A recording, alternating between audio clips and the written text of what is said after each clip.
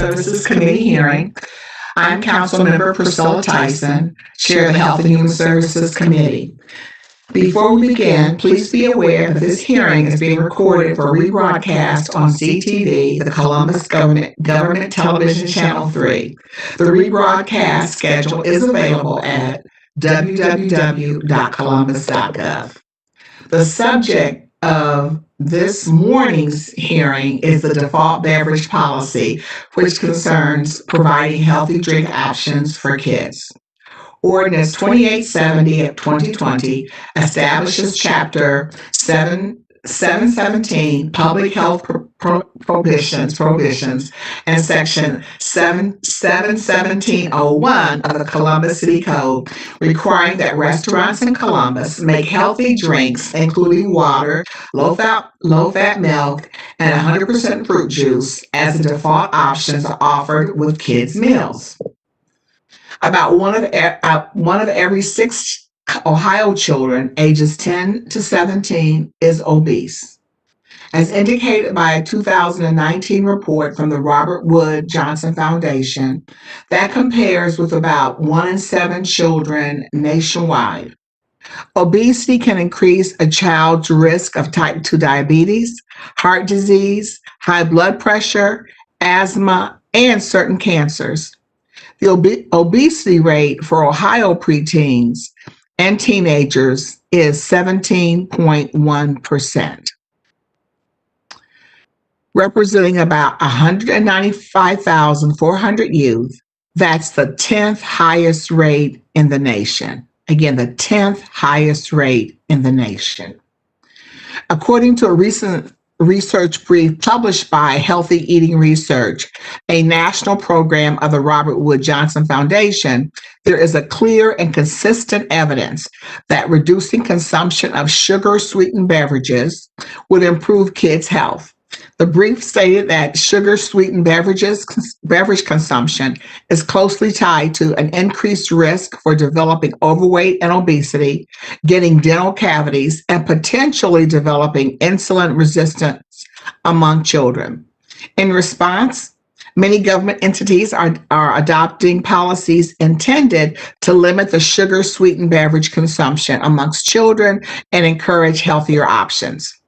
In July of this year, Cleveland passed legislation intended to limit sugary beverages for children, and similar legislation has been passed in other municipalities, such as Philadelphia, Louisville, Baltimore, San Francisco, and New York.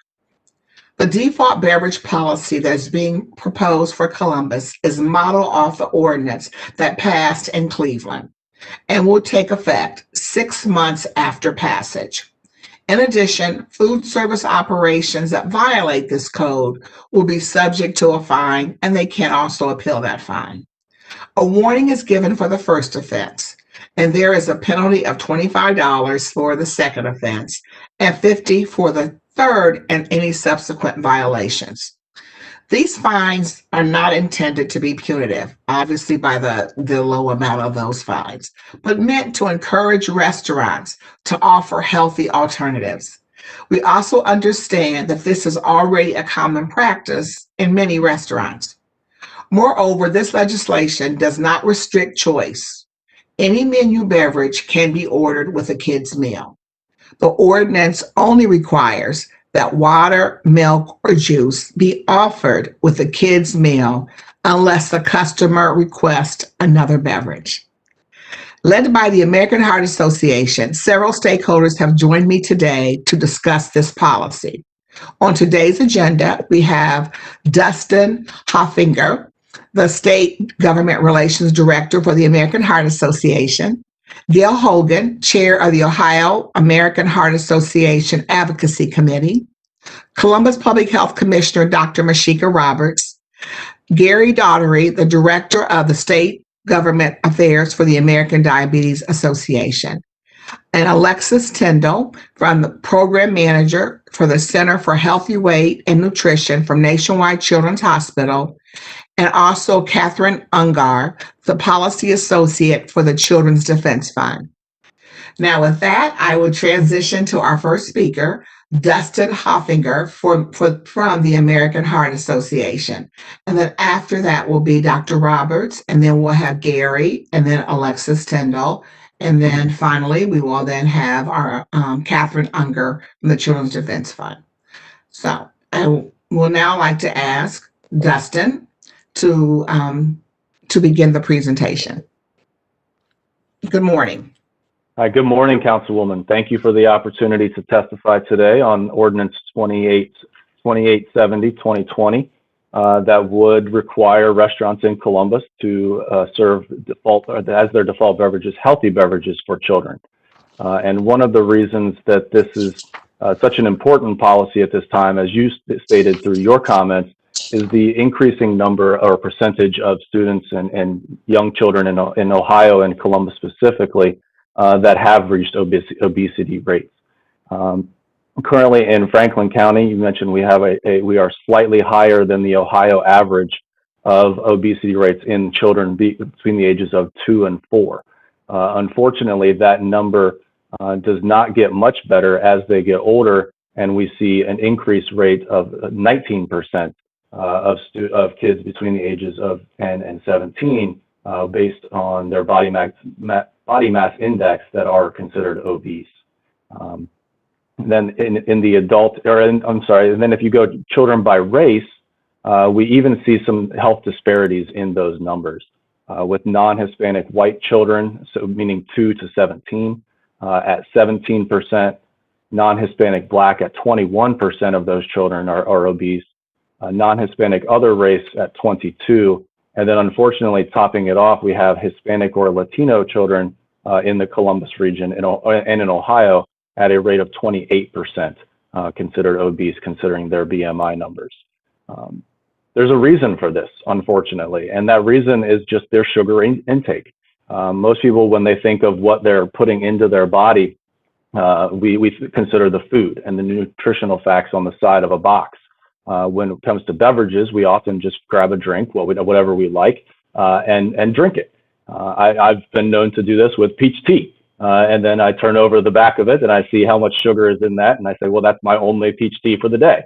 And then I will continue to drink water from there on out. We see that just in a small 8-ounce serving of water, obviously 0 teaspoons of sugar. Then you go to a sports drink with 4 teaspoons of sugar, sweet tea, 6 teaspoons, soda, 6 teaspoons, and lemonade, unfortunately, for those hot days is 7 teaspoons of sugar per 8-ounce serving. And unfortunately, children aged 2 to 18 should be consuming less than 25 grams or 6 teaspoons of added sugar daily for a healthy heart.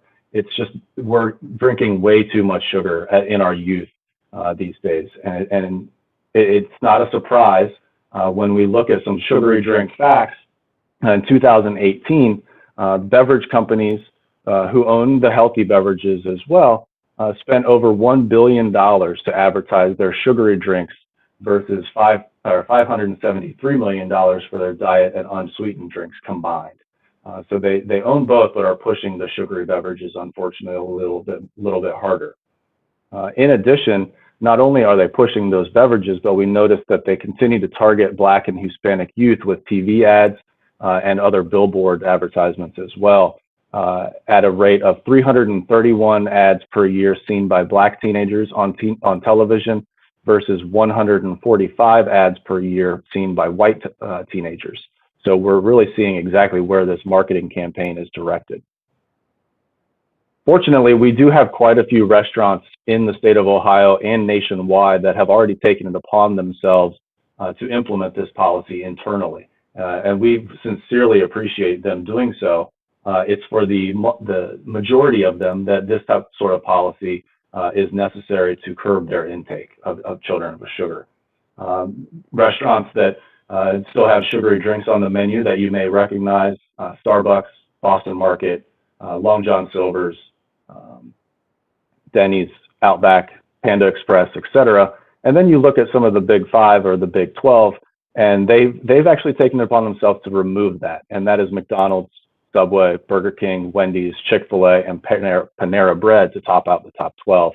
And then there are a multitude of others that have already taken it upon themselves as well. As you mentioned, there are other states and municipalities that have enacted such a very similar policy, including our neighbor to the north, Cleveland, in July. But that also includes cities like Philadelphia, New York, Wilmington, Delaware, Louisville, Kentucky, Baltimore, Maryland, Long Beach, California, and other states that have implemented a statewide policy very similar to this, including Delaware, Hawaii, and California. We are hoping that maybe eventually we can get Ohio to join that list as well. And I don't want to give too much more information beyond that, because I'd like to pass it along to the chair of our Ohio Advocacy Committee, Gail Hogan, to provide a little bit more in-depth testimony as to why this policy is necessary in Columbus and will effectively change healthy habits for our children as they develop into adulthood.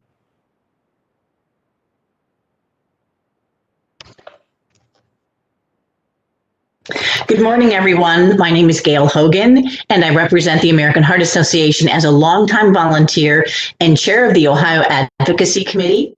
As a member of the Healthy Default Beverages Coalition, the AHA wholeheartedly supports the implementation of the Healthy Default Drinks policy that has been introduced by Councilwoman Priscilla Tyson.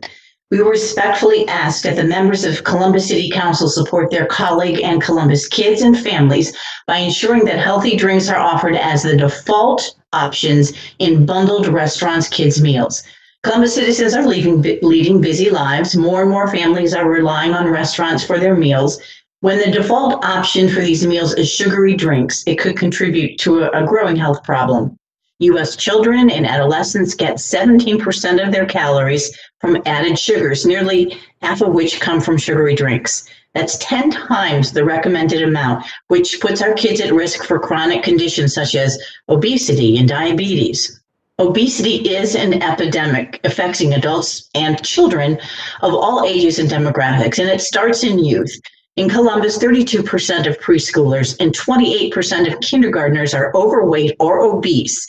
And these are statistics from the 2013-2014 school year. And of course, that also leads to many other health complications, including hypertension, diabetes, conditions that then carry into adulthood and years of medical problems. As a mom with grown children, I remember the challenges of getting my kids to eat and drink healthy. And while many fast food kid meals have gotten healthier over the years, they still include soft drinks many times. So by offering a better beverage choice, you might also be exposing your children to other alternatives they may actually enjoy. My adult kids now carry water bottles wherever they go. It's become a habit. So offering drink alternatives in kid meals could be a start of a healthy habit. We can serve our kids better. The Healthy Default Drinks policy proposal sets a precedent that prioritizes the health of Columbus children for years to come, as well as establishing a healthy norm for families. And the ordinance would not limit that restaurants what they can sell, just that what's promoted to children. We are pleased to hear that the Ohio Restaurant Association and the other Ohio Beverage Association share our collective belief that healthy drinks should be the default option for kids' meals, so parents have better options to choose from. Restaurants are constantly looking to innovate in ways that protect the well-being of their customers while keeping their businesses sustainable for all of Columbus and visitors to enjoy. If we want to ensure a better future for our Columbus residents and businesses, for our kids, we need to all work together to make the healthy drink choices the easy choice for parents while dining out. Thank you for your thoughtful consideration of the policy proposal and your continued commitment to addressing kids' health in Columbus.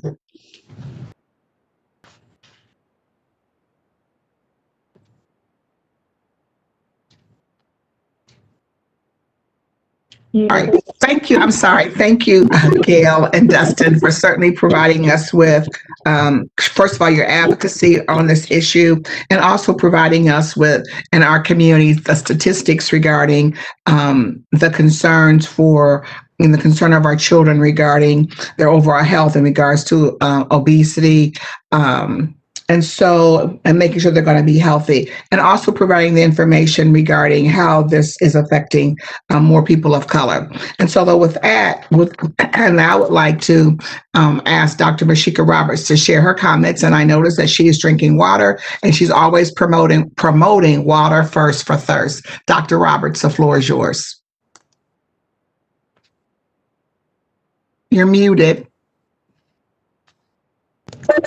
Hi, sorry about that. Thank you, Councilmember Tyson, and thank you for giving me this opportunity to support this very worthy ordinance. And I speak on behalf of my colleagues here at Columbus Public Health that we are very much in support of this ordinance that will require restaurants to make healthy drinks such as water, low-fat milk, and 100% fruit juice the default options offered with restaurant kids' meals.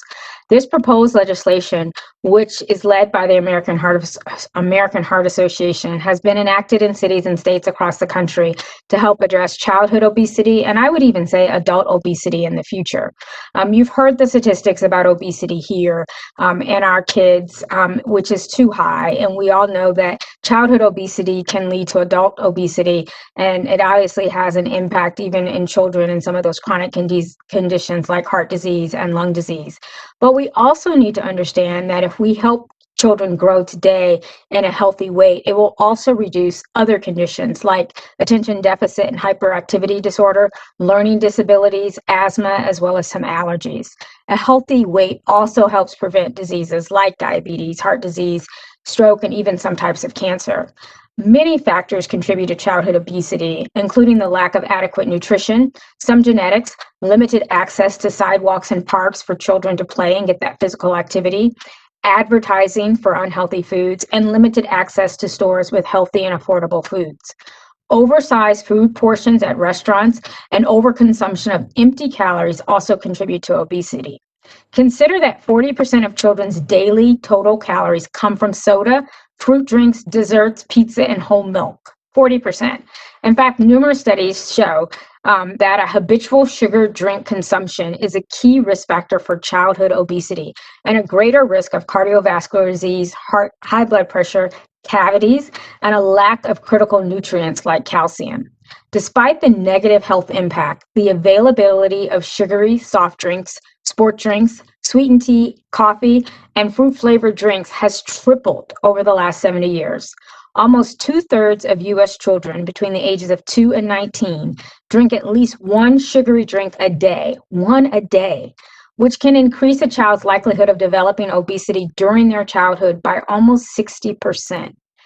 Research also indicates the disparities in sugar-sweetened beverage consumptions. We know that Hispanic and Black children consume more sugar-sweetened beverages than white children and are more than twice as likely than white children to be obese. But we've also seen disparities in sugar drink consumption in high-priority neighborhoods with higher unemployment, lower graduation rates, homelessness, and a lack of access to nutritious foods. Households with above-average sugary beverage purchasing patterns in Columbus are 46% more likely to be African Americans, while they are only 8% less likely to be Caucasians. Think about that for a second. 40% more likely to be African Americans. We also know that marketers target minorities. This was mentioned already. Low income, as well as our youth in our community. Children are susceptible to unhealthy food and beverages by the marketing that just targets them and tells them what they want to hear, piques their interest, and then gets them to go buy it or convince their parents to buy it. The good news is that the consumer demand is increasing for healthier options. The beverage industry acknowledges the popularity of alternative beverages like unflavored sparkling water, which has the largest market share last year. The industry is committed to bringing a wider selection of reduced calorie beverages with less sugar or no sugar, as well as smaller portion sizes to support communities' efforts to find some type of balance. As was mentioned, many top restaurant chains have already met the demand of consumers by offering healthier default beverages in kids' meals. While progress has been made, there is still more to do to get sugary drinks off of children's menus. This proposal will help bring healthier options to children in our community so that they can grow up and maintain a healthy weight, but most importantly, a healthy life. It also supports the core mission of us here at Columbus Public Health, as well as our new Center for Public Health Innovation, which is to increase the life expectancy of minority residents and increase the quality of life for everyone in our community. I thank you for this opportunity to talk in support of this very important ordinance today. Thank you. Thank you, Dr. Roberts, for sharing these comments with us and your support and Columbus Public Health support for this ordinance. And again, thank you for even providing additional facts regarding why it's so important not to have drinking these sugary beverages, and just appreciate your comments. And it certainly is. It certainly is an equity issue within our community, and just appreciate that your work that you're doing to increase the overall quality of life of all of its residents and to continue to look at racial equity. This really is, when you think about racism coming in a public health crisis, this is a public health crisis for our young people, as well as when they grow into adulthood by still having and wanting to drink those unhealthy sugary drinks. So thank you very much, Dr. Roberts. I would now like to ask Gary Dougherty, who's Director of the State Government Affairs for the American Diabetes Association. Good morning, still. Good morning, Councilmember Tyson. I too have my water bottle with me. My name is Gary Dougherty. I am the Director of State Government Affairs for the American Diabetes Association, the nation's leading voluntary health organization fighting to bend the curve on the diabetes epidemic. The healthy default drinks policy for restaurant kids' meals clearly aligns with ADA's mission to prevent and cure diabetes and to improve the lives of all people affected by diabetes. Diabetes is an epidemic in the United States. According to the Centers for Disease Control and Prevention, over 34 million Americans have diabetes and face its devastating complications. And what's true nationwide is also true here in Ohio. Approximately 11.1% of the state's adult population have diabetes, and more than 33% have prediabetes. These statistics are devastating, to be sure, but the increased incidence of diabetes in our children is what is truly alarming. According to the ADA's Standards of Medical Care in Diabetes, the global standard for the management and treatment of diabetes, type 2 diabetes in youth has increased over the past 20 years, and recent estimates suggest an incidence of 5,000 new cases each year. Researchers have projected that the prevalence of diabetes in those under 20 years of age could quadruple between 2010 and 2050. The beverages children consume in the city of Columbus today could shape the reality of type 2 diabetes for decades to come. Overweight and obesity are principal risk factors for type 2 diabetes, and evidence suggests that obesity in childhood can persist later in life. A joint American Academy of Pediatrics and American Heart Association policy statement summarizes the issue well. Excess consumption of added sugars, especially from sugary drinks, contributes to the high prevalence of childhood and adolescent obesity, especially among children and adolescents who are socioeconomically vulnerable. Sugary beverages are among the leading sources of added sugar in Americans' diet. And among youth aged 6 to 18 who overconsume added sugars, sugary beverages are by far the leading source. The proposed ordinance seeks to provide healthier options for children when they enjoy what are commonly called kids' meals in area restaurants by defining a healthy default beverage.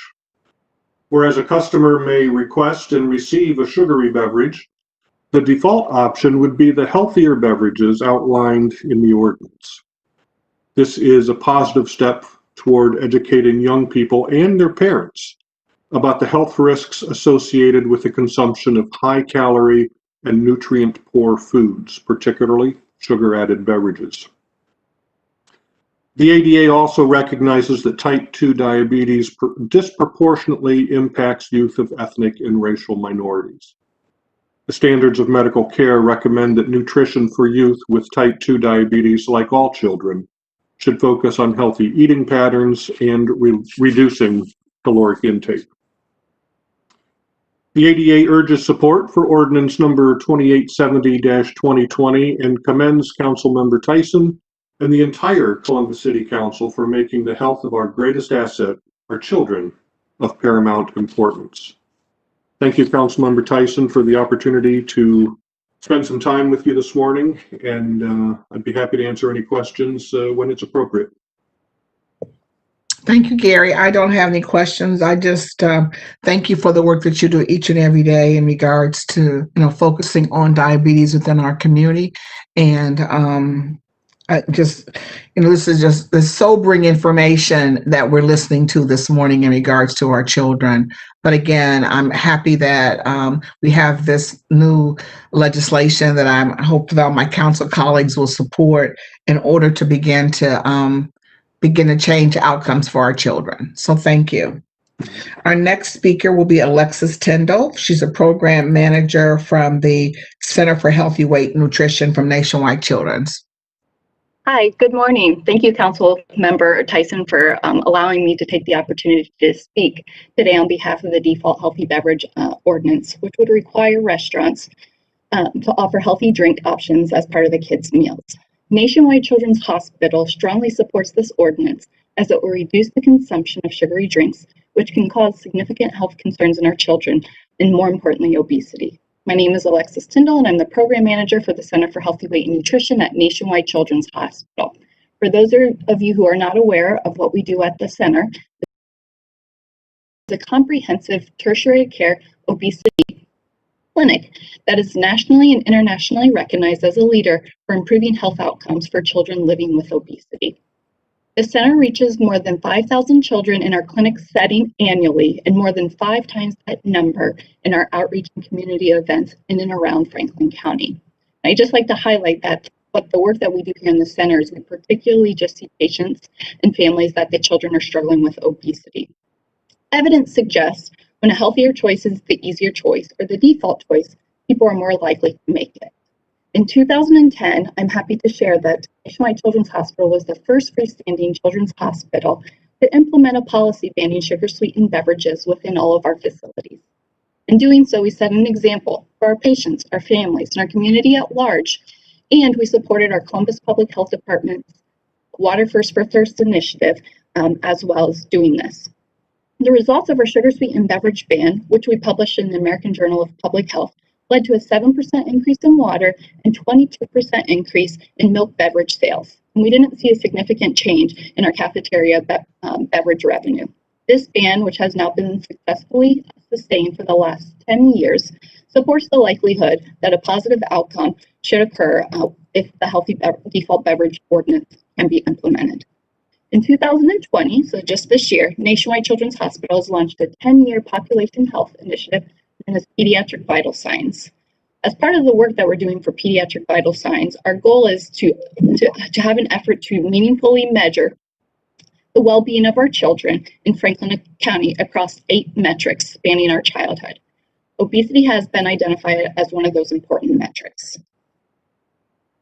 One of our key interventions for our work that we're doing as part of Pediatric Vital Signs is to decrease the sugar-sweetened beverage consumption in our youth. As part of our work through our Pediatric Vital Signs, we have established partnerships with 5 community organizations, Columbus Public Health, and engaged 23 sites to improve nutrition and physical activity for our families and decrease the prevalence of overweight and obesity in our youth. Right now, to determine our prevalence rates of children ages 2 to 17 living within Franklin County, we are using the data here from our NCH 12 primary care practices and 13 school-based health clinics, capturing approximately 62,000 children annually. All except for 1 primary care practice falls within Columbus's jurisdiction. Currently, so we're kind of looking at our data. So the prevalence rate of overweight and obesity in Q1 of 2020 was 37.2%. When we've looked at our data from Q3 of this year of 2020, the rate has exponentially increased to 43.9%. This is nearly a 7% increase in overweight and obesity prevalence within a 6-month period of time, demonstrating marked disparities and inequities seen in our access to care and treatment for childhood obesity among our low-income and minority populations. We know we need to do more to improve the health outcomes of our children in Columbus, and this ordinance provides us that opportunity to improve child nutrition through the reduction in sugar-sweetened beverages. Additionally, this ordinance aligns perfectly with the 2018 American Academy of Pediatrics policy on public policies to reduce sugary drink consumption in children and adolescents. Nationwide Children's Hospital is committed to ordinances and policies that champion children's health and support public health initiatives and population health initiatives, We believe this ordinance will be critical to help us achieve our goal of decreasing childhood obesity and, more importantly, improving the health and well-being of our children in Columbus. Thank you again for allowing me this opportunity to consider this important ordinance. Alexis, thank you again for sharing, again, like everyone else, all the data in regards to the effect of sugary drinks on our children. I want to ask you a question, and that you stated the prevalence rate of overweight and obesity in Q1 of this year was 37.2, which we know was also too high. However, in Q3 of this year, the rate has exponentially increased to 43.9%, and which is a 7% increase. I would have to think that because our children have been at home, we're with COVID-19, certainly, not in school necessarily having, trying to have the healthier meals at school, that this has, I would think that just the ease of trying to give kids something to drink, obviously it's not what we should have been doing, but based upon going through COVID, that this could be related, that could be a direct relationship to why we had a 7% increase within 2 quarters. What are your thoughts? Yes, it's been quite disheartening to look at this data, to be pretty transparent. And, it's been a sad piece for us because COVID truly has impacted the population that we serve here in Columbus. And being a clinician, first and foremost, I can say how much our families are struggling in a magnitude. Parents still need to work, they're not at home. And so, most certainly kids are at home. Like you had mentioned, they're not doing physical activity. Definitely eating much more often and choosing, the wrong kinds of drinks as well. And, in a common, they're eating a lot of extra sugary even snacks from, cookies, Pop-Tarts, things that they may also be giving. And so, I think, the big stressor too is our minority and low-income populations are struggling with access to even healthy food during this time. And so they're definitely relying on a lot more of that processed. Recently within being a clinician, we've seen it in our own clinic, and patients will have gained 75 pounds in a short period of time since COVID started, and it's very disheartening. And even for the families, they're just struggling with how do we get out of this, because they have a lot of additional stressors that are come with it on top of that. So trying to do our part and help support these families, and as a community, how can we implement some policies that would lend itself to improving their health as well. Thank you, Alexis. And I see that Dr. Roberts is still on the call, but I just, and she's here.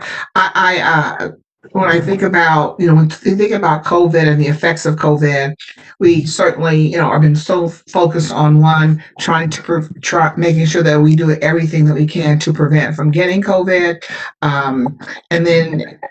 But as well as, and then if we do, how do we move forward through that? I just don't think that it will be interesting to be able to get, after we move through this, and again, it may not be to the end of next year, early 2022, even though we have vaccines that are certainly coming our way, but just the overall effects of COVID. This is another I don't think people are thinking, but I know people are thinking that they've gained weight because they're staying home, they're not as active, but the effects that you just stated that it's having on our children is quite concerning. And I don't know, Dr. Roberts, if you'd like to make any comments based upon her comments, but I think that we've got to start having conversations about not only is it affecting their educational success, but it's also affecting their health, not only their mental health, but their physical health also. But Dr. Roberts, you make any comments regarding her testimony?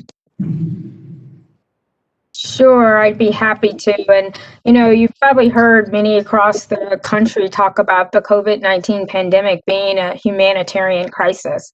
And, I think what we just heard and what we're hearing and seeing from our children as well as adults in this community and across the country is the virus is one aspect that we're trying to fight, but the consequences of trying to fight the virus means we have increased crime in our community. We've seen that here, that our homicide rate has gone up this year. We've seen an increase in overdose deaths in our community. We've seen an increase in housing instability in our community as a result of jobs being lost or hours being limited. And our children not being in the classroom definitely has some impacts on their, not only just their education, but their development, the foods they have access to, the activities they have, the resources they have access to. So I'm very concerned of what our new life and new community indicators will look like post-pandemic. I have a feeling that we're going to be backtracking, and it's going to feel like we were 10 years ago. And all the work we've done, all the things we put in place to help protect our students, our kids, as well as our adults will look like they did nothing just because this pandemic has pushed us back so far. So we'll have a lot of work to do. We think we have a lot of work to do now. We're going to have a lot of work to do on the other side of this as well. Thank you, Dr. Roberts, for those comments. You're right. We will have a lot of work to do. Thank you. Our final speaker is going to be from the Children's Defense Fund, and it will be Katherine Ungar. Katherine, the floor is yours. Thank you. Good morning, Councilwoman Tyson. My name is Katherine Ungar, and I'm a policy associate with the Children's Defense Fund, and I'm honored to provide testimony in support of the Healthy Default Beverage Ordinance for our city. Children's Defense Fund, just some background, it's a statewide nonprofit organization based in Columbus, which serves as an independent voice for the well-being of our children. Our mission is to ensure every child a healthy start, a head start, a fair start, a safe start, and a moral start in life, and successful passage to adulthood with the help of caring families and communities. We work to champion policies and programs that address the needs of the whole child by supporting programs that lift children out of poverty, protect them from abuse and neglect, ensure quality education, and provide children the opportunity to access resources to meet their health, and in this case, their nutritional needs. The first step in improving our health outcomes is to provide healthy options. And this ordinance is about doing just that, providing children with healthier options. It's also, as my colleagues have mentioned, about chronic disease prevention. Just some statistics, and I don't want to repeat what everyone said, but according to HPIO's 2019 Health Value Dashboard, Ohio ranks 46th in the nation in health value. Many causes of illness, disability, and death are preventable, and researchers find that improvements in health knowledge and behaviors, such as an improved nutrition, goes a long way in improving these health outcomes. The Ohio Department of Health, their 2016 Early Childhood Data Brief demonstrates the significant impact of childhood overweight, and obesity on not only our children's health, but also on our economy. More than 1/3 of Head Start students in Ohio were classified as overweight or obese, and more than 40% of obese students were classified as severely obese. Childhood obesity remains a source of significant and persistent disparities. And according to a report, The State of Childhood Obesity, obesity is a risk factor for chronic illness such as diabetes. So we ask that the City Council supports healthy children. This ordinance will not prevent restaurants from serving soda to children, but simply provide the tool to effectively guide and teach our children to make healthier decisions. Healthy habits lead to flourishing lives. We must value making health actionable for our children here in Columbus. Passage of this ordinance demonstrates to Columbus children that you value their growth, both physically and mentally. I appreciate the opportunity to provide testimony today, and I'm happy to answer any questions.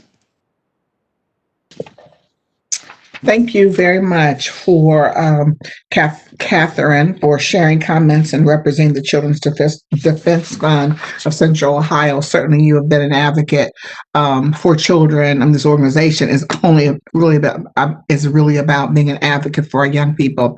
And when we think about Ohio's health and look at that, Ohio ranks 46th in the nation in its health value, and 1/3 of Head Start students were classified as overweight or obese. And then more than 40% of obese students were classified as 40% were severely obese. I am so thankful that you are here to provide this information, as well as all the other speakers that we've heard from today. I don't have any additional questions. I think your testimony, your support is integral to the success of the work that we're discussing today. I want to take this opportunity to certainly, I